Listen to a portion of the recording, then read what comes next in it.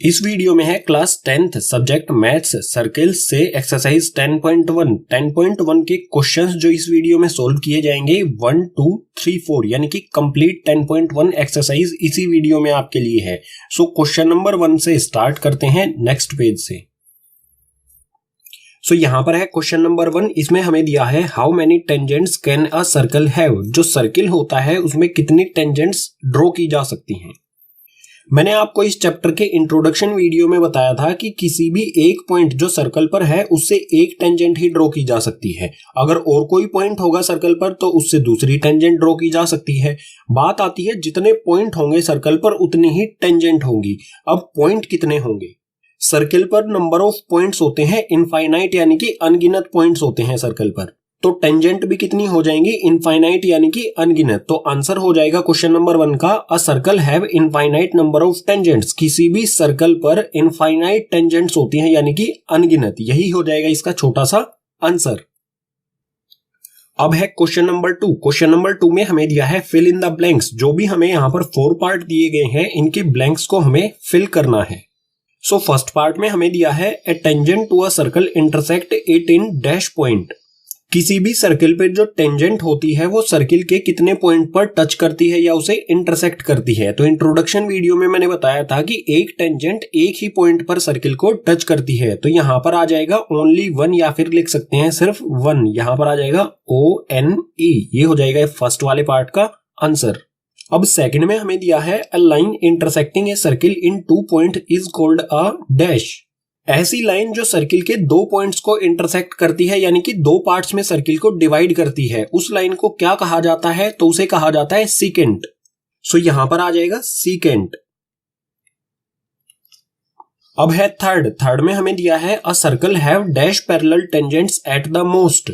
जो सर्किल होता है उस पर कितनी ज्यादा से ज्यादा टेंजेंट्स पैरेलल हो सकती हैं। तो इंट्रोडक्शन वाली वीडियो में मैंने आपको बताया था किसी भी सर्किल पर ज्यादा से ज्यादा 2 टेंजेंट्स एक दूसरे के पैरेलल हो सकती हैं। तो ब्लैंक स्पेस पर यहां पर आ जाएगा 2। अब फोर्थ पार्ट में हमें दिया है the common point of a tangent to circle and the circle is called dash. जो सर्किल और टेंजेंट का कॉमन पॉइंट होता है यानी कि जहां से टेंजेंट क्रॉस करती है, टच करती है सर्किल को, उस पॉइंट को क्या कहा जाता है? सो इस पॉइंट को कहा जाता है पॉइंट ऑफ कॉन्टैक्ट, जहां पर सर्किल से कॉन्टैक्ट में आती है टेंजेंट। तो यहां पर हम लिख देंगे पॉइंट ऑफ कॉन्टैक्ट। सो यहां पर आ गया पॉइंट ऑफ कॉन्टैक्ट। इसी के साथ क्वेश्चन नंबर 2 हो जाता है कंप्लीट। अब आ जाते हैं क्वेश्चन नंबर 3 पर। क्वेश्चन नंबर 3 में हमें दिया है a tangent PQ at a point P of a circle of radius 5 centimetre meets a line through the centre O at a point Q so that OQ equals to 12 centimetre length PQ is। एक 5 centimetre radius वाले circle पर tangent दी गई है PQ जो P point circle पे दिया गया है वहां से स्टार्ट होती है, और जो PQ टेंजेंट है वो एक दूसरी लाइन से मीट करती है जो सेंटर O से आ रही होती है। हमें फाइंड करनी है लेंथ PQ की लंबाई क्या होगी। यहाँ पर हमें कुछ ऑप्शंस दिए गए हैं, इनमें से एक करेक्ट है PQ की लेंथ। सो सॉल्यूशन स्टार्ट होता है यहां से। जैसा कि हमें बोला गया है एक सर्कल बना लिया हमने, इसका रेडियस 5 सेंटीमीटर हो गया, ये सेंटर हो गया तो रेडियस हो जाएगा ये 5 सेंटीमीटर। अब जो सर्किल पर पॉइंट P दिया गया है वहां से टेंजेंट PQ स्टार्ट होती है यानी कि ये वाला पॉइंट ऑफ कॉन्टैक्ट ये हो जाएगा पॉइंट P, और ये टेंजेंट जो है ये कौन सी टेंजेंट है? PQ। तो ये P और ये हो जाएगा Q। ये हमारी हो गई टेंजेंट। ये PQ टेंजेंट एक दूसरी लाइन से मिलती है जो सेंटर O से इसके पास आ रही होती है। तो सेंटर हो गया हमारा O, और इस OQ की लेंथ हमें दी गई है यहाँ पर 12 सेंटीमीटर। सो ये हो गई यहाँ पर 12 सेंटीमीटर। हमें फाइंड करनी है PQ की लेंथ। इस लेंथ को हमें फाइंड करना है टेंजेंट की लेंथ को। अब जो हमारा ये फिगर बना है इससे हम क्या कंक्लूजन निकाल सकते हैं कि हमारा OPQ ये वाला जो एंगल है ये 90 डिग्री है। सो यहाँ पर मैं लिखता हूं angle OPQ equals to 90 degree. अब ये 90 डिग्री क्यों है, इसका रीजन क्या होगा? रीजन हो जाएगा बिल्कुल सिंपल थ्योरम 10.1 से। थ्योरम 10.1 हमें क्या कहती है कि रेडियस जो है वो टेंजेंट पे परपेंडिकुलर होता है अगर वो दोनों एक दूसरे को पॉइंट ऑफ कॉन्टैक्ट पर मीट करते हैं। सो बिल्कुल सिंपल सा रीजन यहां पर लिख देंगे। Radius perpendicular to tangent at point of contact, point of contact पर रेडियस और टेंजेंट एक दूसरे के परपेंडिकुलर होती हैं। बिल्कुल सिंपल सा रीजन हो गया। सो ये एंगल हमारा प्रूव कर दिया हमने 90 डिग्री।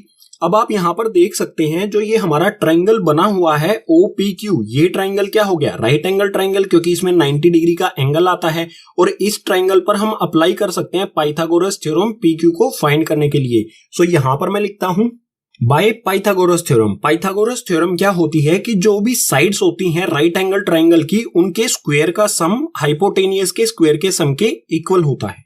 सिंपली यहां पर OP स्क्वायर प्लस में PQ स्क्वायर, तो यहां पर मैं लिखता हूं OP स्क्वायर प्लस में PQ स्क्वायर इक्वल्स टू, ये किसके इक्वल होगा, थर्ड साइड यानी कि हाइपोटेनियस के इक्वल, यानी कि OQ स्क्वायर के इक्वल। सो ये हो जाएगा हमारा OQ स्क्वायर। जो जो वैल्यूज हमें पता है उनको पुट कर देंगे। यहां पर OP की वैल्यू है 5, सो OP की जगह पर आ गया 5 और square as it is, plus में PQ यहां पर एज इट इज रहेगा क्योंकि ये हमें फाइंड करना है, और इक्वल्स टू में OQ स्क्वायर। OQ की वैल्यू हमें दी गई है 12, सो यहां पर हो जाएगा ये 12 का स्क्वायर। PQ स्क्वायर यहां पर एज इट इज आएगा, ये आ गया PQ स्क्वायर इक्वल्स टू में 12 का स्क्वायर भी यहां पर एज इट इज आएगा, और जो इस साइड में यहां पर 5 स्क्वायर है, 5 का स्क्वायर है, इसको दूसरी साइड भेजेंगे, इस तरफ में ये प्लस है, दूसरी साइड जाके हो जाएगा -5 का स्क्वायर।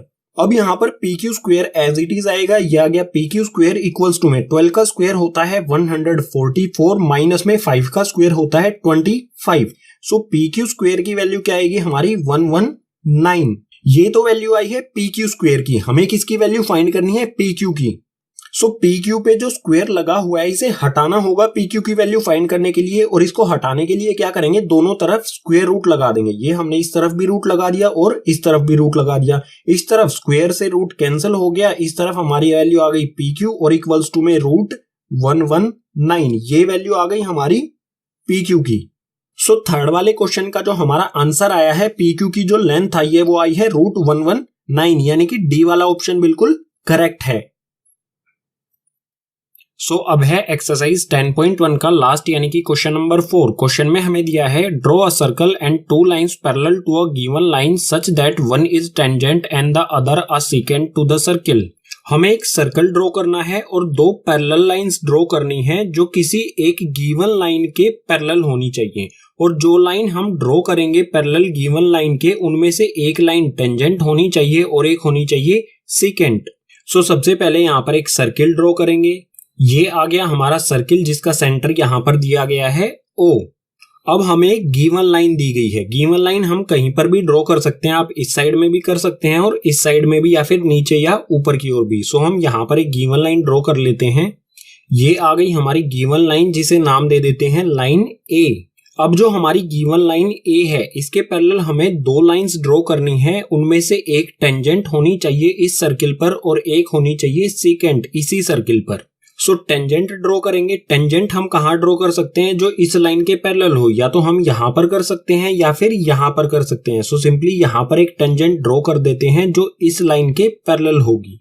ये आ गई हमारी टेंजेंट, इसे नाम दे देते हैं B, जो A लाइन गिवन लाइन जो है इसके बिल्कुल पैरेलल है। और ये टेंजेंट क्यों है, क्योंकि ये सर्किल को सिर्फ एक पॉइंट पर टच कर रही है।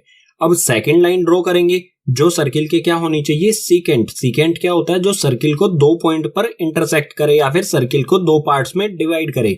सो यहाँ पर एक लाइन इस तरह से ड्रॉ कर देते हैं। सो ये आ गई सर्किल पर सेकेंट। सेकेंट क्यों है, क्योंकि ये सर्किल को 2 पॉइंट पर इंटरसेक्ट कर रही है। इस लाइन को नाम दे देते हैं लाइन C, और ये C लाइन जो हमारी गिवन लाइन A थी उसके बिल्कुल पैरेलल है। बिल्कुल सिंपल क्वेश्चन है। हमें एक सर्किल ड्रॉ करना है और एक लाइन ड्रॉ करनी है, तो हमने ये सर्किल और A लाइन ड्रॉ कर ली।